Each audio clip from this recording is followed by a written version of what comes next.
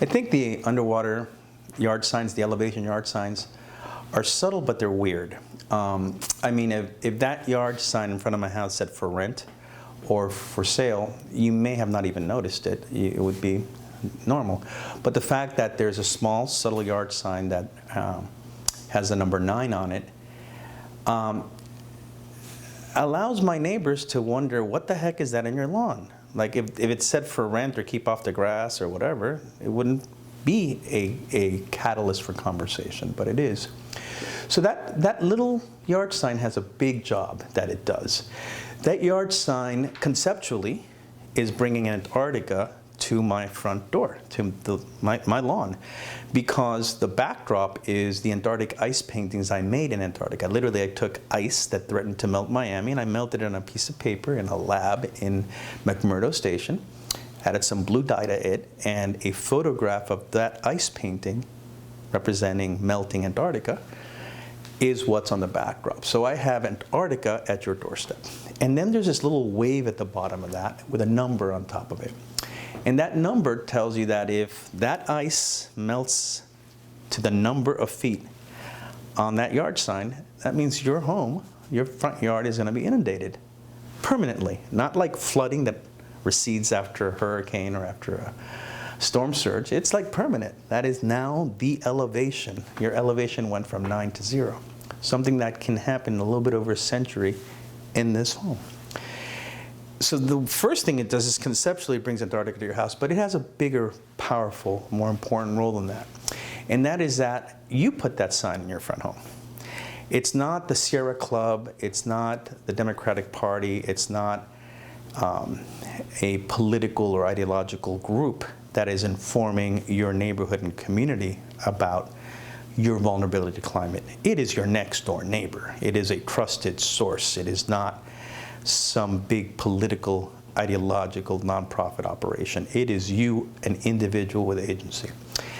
And it allows you to have a conversation with someone who may be from a completely different orbit politically, but one that was going to listen to you because you stand literally at the same elevation, at the same, if there's a common ground, it's you and your neighbor's elevation and property values and flood insurance and septic tanks and all the consequences of our climate catastrophe. So it becomes a vehicle for you to communicate that idea with others. And then the sign itself is important because it's part of something bigger. So you could sit here by yourself and figure out, oh my God, there's a problem, and catastrophize and engage in all sort of calamity thinking. Or you could figure out that you're part of something bigger, that your neighbor can put a sign, that you can come together as a group, that you can advocate. So what you could do in a community to address the elevation of your street, your drainage issues, putting sewers instead of septic tanks so that your toilets flush when the groundwater is high. So all of a sudden you feel empowered. Not only are you a person to communicate an idea, but now you have the agency and the ability to do something about it, and that it's something bigger than you.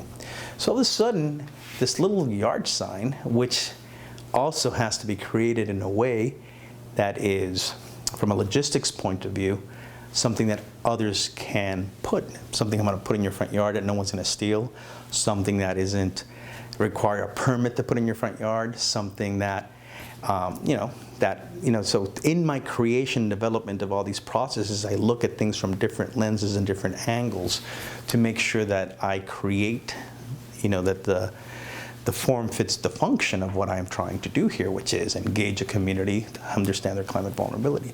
So that little yard sign packs a punch, which is why I think it has gotten so much love in so many different circles. And I'm talking about environmental circles, environmental groups and agencies.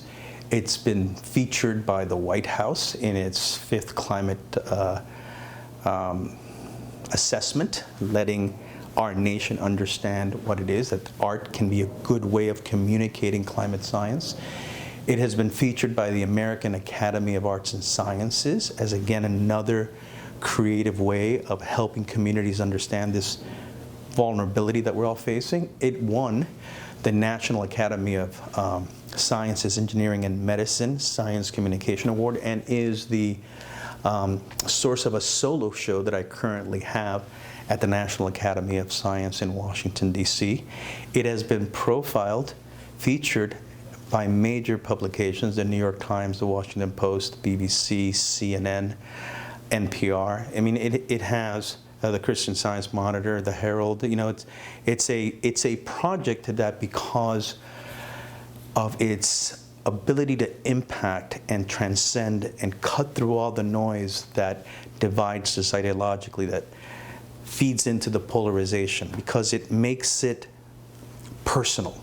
It's your home, because it gives you agency. You wrote the number. And because it engages community in problem solving, you can talk to your neighbor about doing something about this. Broward County commissioned me to create 10 murals in 10 different county schools, where we gave 100-yard signs to 100 of the students, but also painted a mural with the elevation of that school. Broward County, like Miami-Dade County, is a very vulnerable county when it comes to sea level rise. And I want every high school kid to know how many feet above sea level their high school is at and how many feet above sea level their home is at.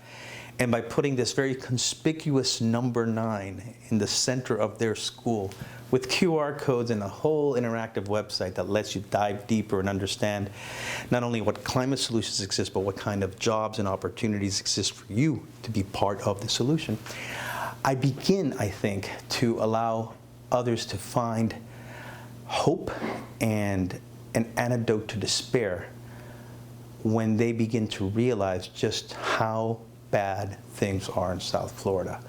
And I think that's all you want. You want to be able to, when there's something that troubles you, not to worry about it, but to proactively try to do something about it. And again, using this little art piece that is commissioned in all these schools, also Miami-Dade County, every single county park in Miami-Dade County is getting a sculpture, a sustainable concrete replica of these yard signs, so that as you're walking down a park, you look at this bizarre number and you wonder what it is, and you pull out your phone, you look at the QR code, and it'll tell you that that park is at 4 feet above sea level, which means your home 2 blocks down is probably at that same elevation.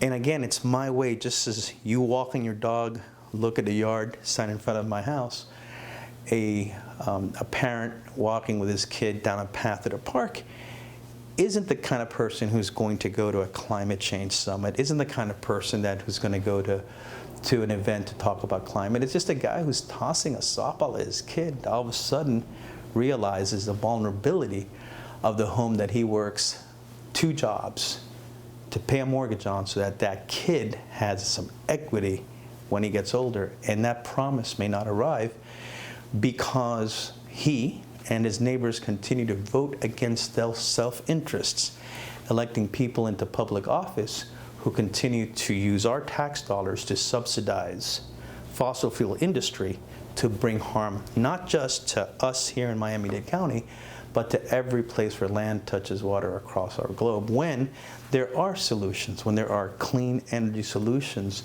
that allow for greed to take a back seat to empathy, compassion, and love for humanity. And my art tries to break through all the bullshit in our society that polarizes us, that makes us doubt, that makes us question whether or not the science is true, and tries to make it real and genuine and personal and give you some voice.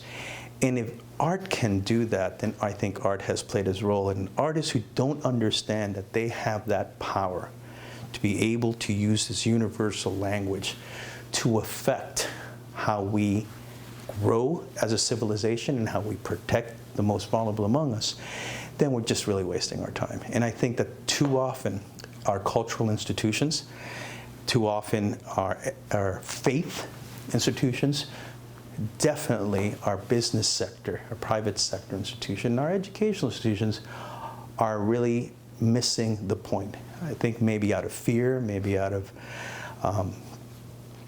self-doubt, but there has to be a reckoning. There has to be a way for us in society to understand that we are better than this, that we as a species, as a people, as a nation, as a state, as a county, as a neighborhood, can do more to love and protect one another and those not yet born. And all you have to do to understand that what I'm saying is real is compare what this summer was like versus last summer versus a summer 5 years ago, and understand that that heat that is impacting you and threatening your health and making you question whether or not this heat exhaustion is going to turn into heat stroke is doing these same exact things to glaciers all across our polar areas and our mountainsides, and literally destroying the way that this planet has allowed species and humans to co-evolve over time in an unnatural and unprecedented way. And if we could just marshal all the resources that we had as a society to bring about the change that we've created, we can marshal it and turn back that change, undo that change, and try to bring good. And that is what I'm trying to do through my art.